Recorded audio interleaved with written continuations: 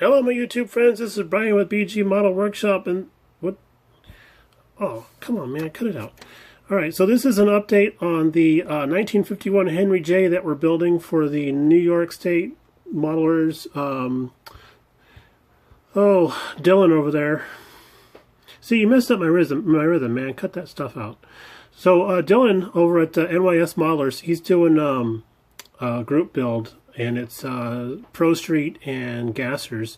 So we're doing a 51 Henry J, and we're doing that in the we're kind of doing like a tribute to the TV show Fast and Loud, because we're going to do this as a gasser monkey, and we got some pretty fun ideas in store for this.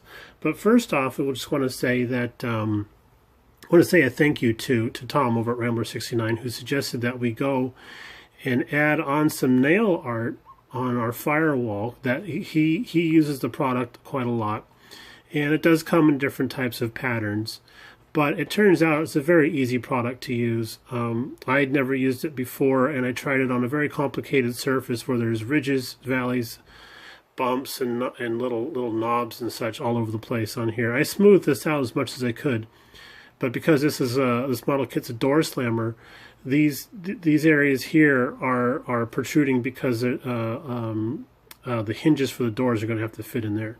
So it's a complicated surface, and the product seemed to handle it just fine. So again, thank you, Tom. I appreciate that. And the product doesn't cost very much at all. As a matter of fact, it comes in kind of a large box for what the product is. But what's great, the reason why it comes in such a large box is because it has a very thick instruction booklet that we didn't read, and a miniature sanding stick, which is really great because it's got 3 different surfaces on there for polishing, and then also a little dowel for doing the detail work, which also comes in well for what we got going on here. And because it didn't cost very much at all, we got a few of them, so we're set. We're set for quite a while. And I was thinking about giving my pointer stick here, little BG, a checkered shirt, but since he just pulled that stunt with the card at the beginning of the episode, we're not going to do that now, are we? So our color for our body, we started off with a green zinc chromate color, which is it's almost like a Charlie matte green, but it's not as vibrant. Doesn't have as much yellow in it. And we're starting off with this color because we're going to move on to a lime pearl, which I have used on another build before. And I sprayed that lime pearl directly over primer, and it took me like 15 coats to get that stuff to build up to a nice color. And once it started to build up, it looked great, but it took quite a while. So I wanted to save some time, use a nice bright type of green for a base coat. It doesn't have to be a gloss at all because we're going to be covering it anyway. So we painted this I think on Tuesday, today being Friday. Still not 100% happy with how, I mean, it's still just a hint of attack to it. So we're going to let that, and it's an enamel of course, so we're going to let that gas off probably until Tuesday next week, so we have a solid week of gassing off. But we've just been that's the most I've handled that piece since we painted it. And then we've been fiddling with the chassis. We got our seats glued in, our shifter glued in, our roll bar glued in, and then I went back and thought, oh, I need to go do a wash on the inside of those door panels there. So I tried that out, and it doesn't look that great. So I don't know, it looks like a 6-year-old that just carved a pumpkin. So I'm going to address that. I'll probably have to go back over with some white and kind of clear that up a little bit. But our seat belts are looking pretty cool.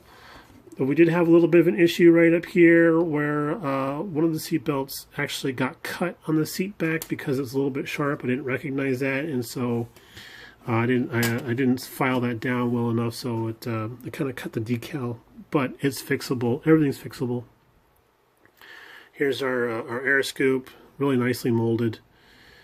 Chrome's not bad, but it's got some box rash on it, so I'll probably, I don't know, I might, I hate to strip this because it's not horrible, but it's not, not great looking, so we'll get to that later on. But here's the engine, and we've been working with the serpentine belt today. I cut the pulleys off the kit belt and then glued those in place. And because this was a floater pulley here, I made a little bracket.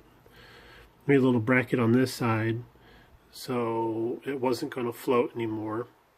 And then over here, there's actually an alternator that's molded into the front piece of the engine. So I put a post in there, and then capped the post with a little piece of styrene disc that I had punched out.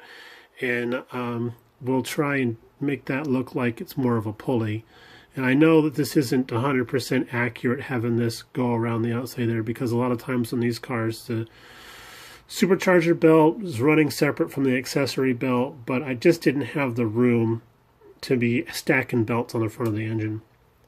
So I just decided to go around the outside of that there. And this is a piece of electrical tape, and it is just a single thickness that we sliced and just wrapped around there. And it's been on there for a couple hours now. It's not looking too bad. I know that electrical tape stretches. That's what it's supposed to do. And so we're trying not to mess around with it too much like little BG's doing right now.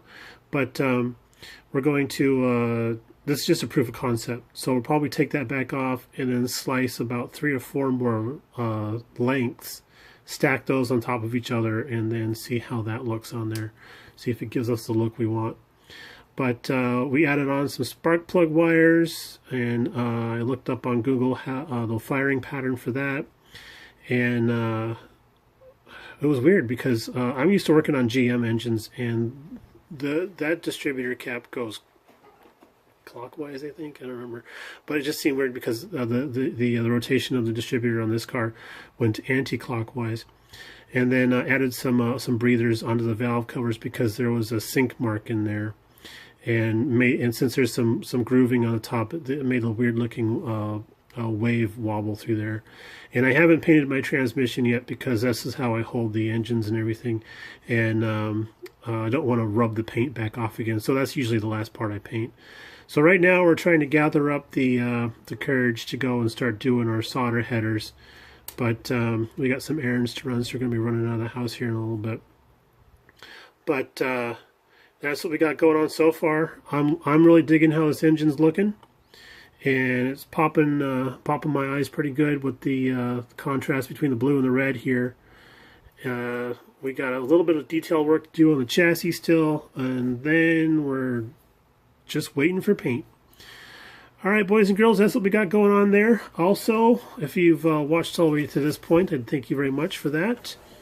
But I'd also like to say that we got shop cards in.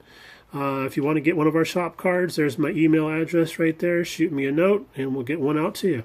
Alrighty, take it easy. Have a great weekend. Please, if you're going to go out and play safe. All right, bye now.